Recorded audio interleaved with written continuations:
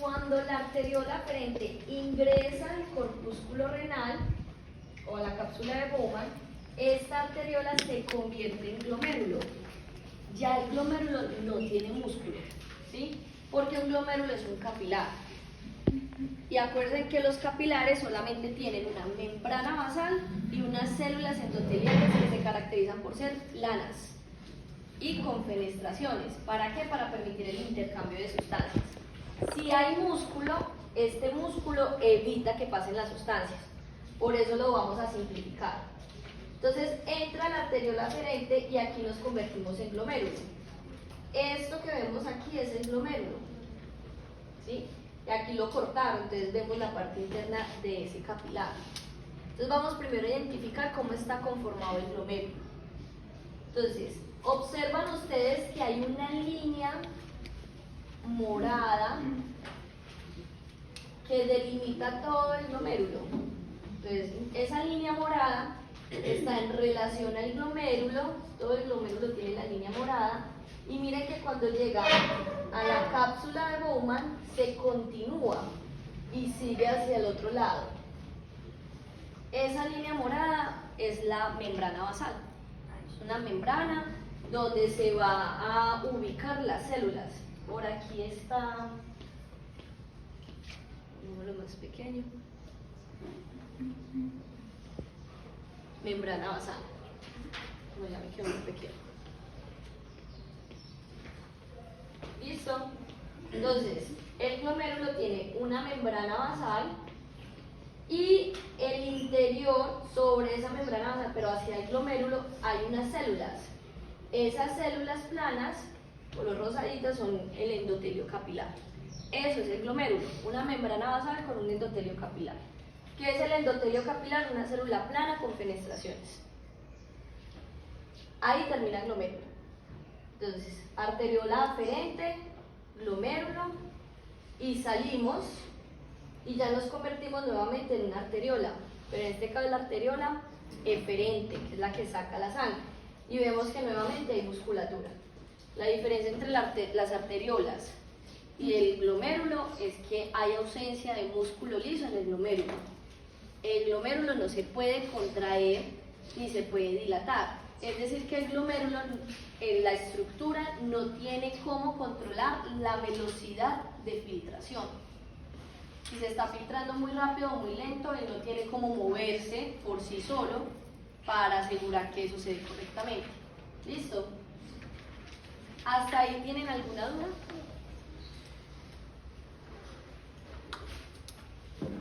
Ahora vamos a ver la cápsula de Bowman. La cápsula de Bowman tiene entonces la membrana basal hacia el exterior y ahí vamos a encontrar estas células planas que son las células parietales, ¿sí? Luego, hacia el interior de la cápsula de Bowman hay unas células que están en relación a la membrana basal, que son estos triangulitos y estos grandes. Esas células se llaman pediceles y podocitos. Los grandes, que son como con pies, por eso se llaman así, podocitos. Estos, los pies están en relación a la membrana basal y los pediceles están ahí también. ¿Listo? Esos me forman la pared visceral. Entonces la cápsula de Bowman está conformada por dos paredes. La pared externa, que es la parietal, hay unas células parietales, y la pared interna, que es la visceral. Y en la visceral tenemos los pediceles y los podocitos. Pediceles son los chiquiticos, como unos triangulitos. Podocitos son estos grandes.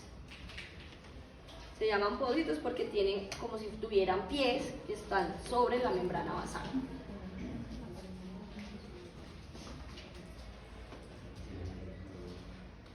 Ahora miren que entre la capa parietal y la capa visceral hay un espacio. Este espacio se llama espacio de Bowman. ¿Qué será lo que encontraremos en ese espacio de Bowman? La orina. Entonces, ese espacio de Bowman es donde vamos a encontrar la orina primaria. ¿Sí? Cuando la sangre viene por la arteriola aferente y entra el glomérulo, como el glomérulo está fenestrado, el plasma puede pasar del glomérulo hacia el espacio de Bowman. Cuando pasa, sale del glomérulo, ya no se llama plasma. Y como estamos en la nefrona, se le llama orina primaria. Ese espacio de Bowman abarca o contiene orina primaria. ¿Listo?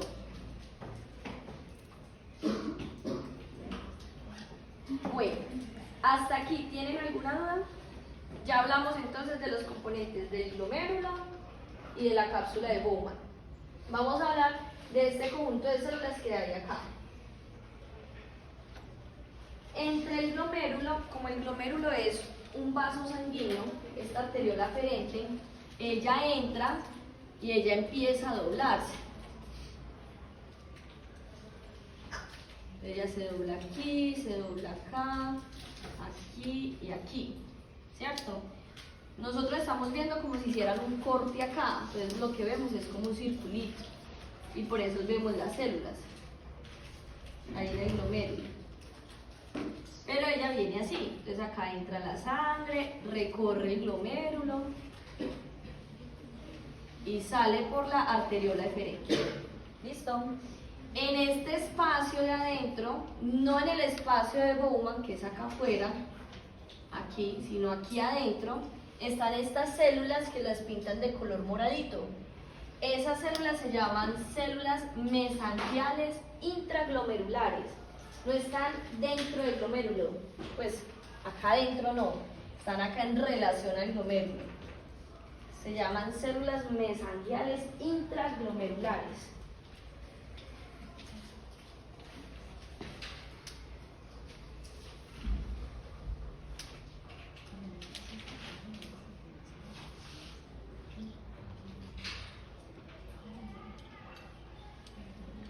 Las células mesangiales intraglomerulares, los podocitos y los pediceles tienen la función de mover el glomérulo. ¿Se acuerdan que el glomérulo no se puede mover? No se mueve porque no tiene músculo, pero nosotros necesitamos regular la velocidad de filtración, ¿sí? Por eso son importantes estas células. Los podocitos, los pediceles y las células mesangiales intraglomerulares mueven el glomérulo y eso ayuda a regular la velocidad con la que se filtra la sangre.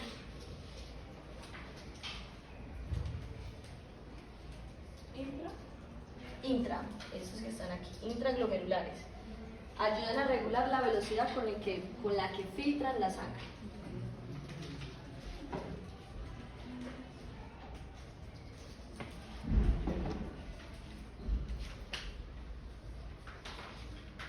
Listo.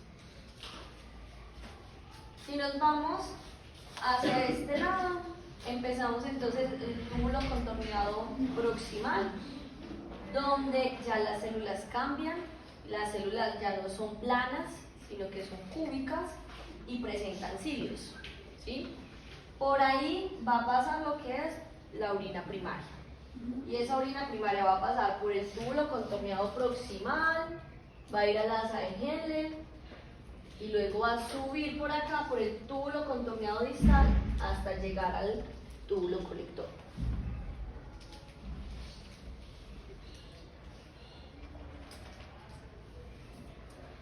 En esta parte donde están las dos arteriolas y el túbulo contorneado distal, en esta zona, hay un conjunto de células que me forman el aparato yuxtaglomerular. ¿Recuerdan cuál es la función del aparato yuxtaglomerular? Producción hormonal. ¿Se acuerdan que el riñón produce renina, eritropoyetina? Esas hormonas se producen en esta zona, entre las arteriolas aferentes y eferentes y el túbulo contorneado distal.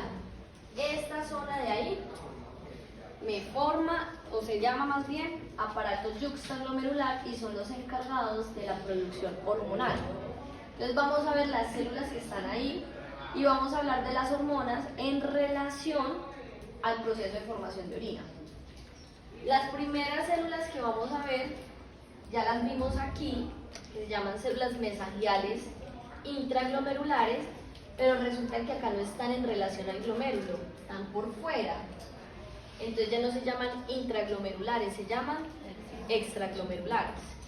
Entonces, uno de los componentes del aparato yuxtaglomerular son las células mesangiales extraglomerulares, que serían las moraditas de acá.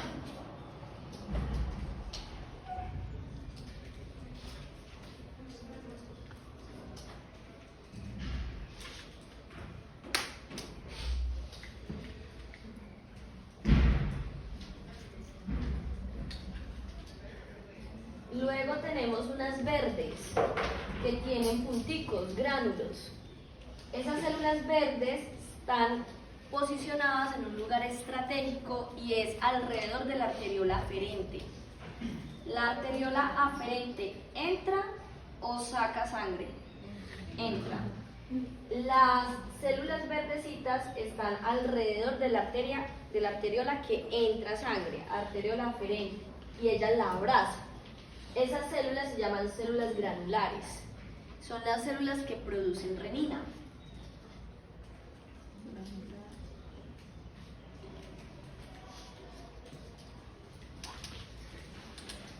Otro componente del aparato yuxtaglomerular.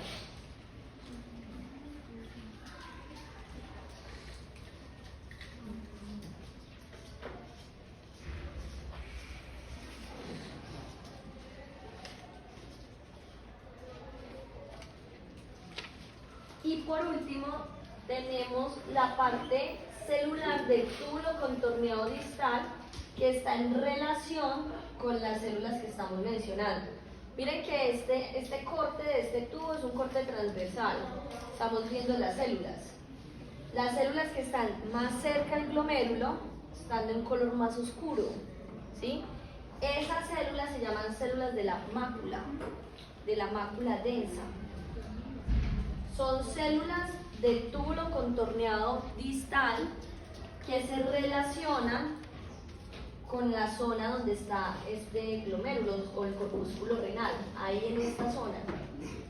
Ellas son el último componente del aparato yuxtaglomerular. Entonces son tres células, mesangiales extraglomerulares, las granulares y las de la mácula densa, lo que me forman el aparato yuxtaglomerular, que es la parte de la nefrona que se encarga de la producción de hormonas.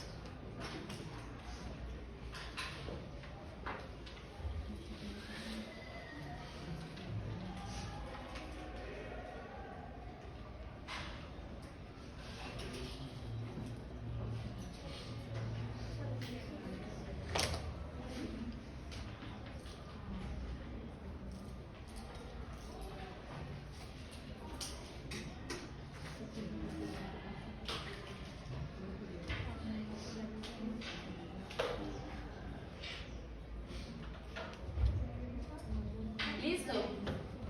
Esos son entonces los componentes celulares del corpúsculo renal, más o menos los del túbulo proximal y los del túbulo distal. Entonces, como estamos en corpúsculo renal, vamos a hablar de los pasos de la formación de orina y nos vamos a enfocar en el primer paso, que es la filtración de la sangre. ¿Hasta aquí tienen alguna duda?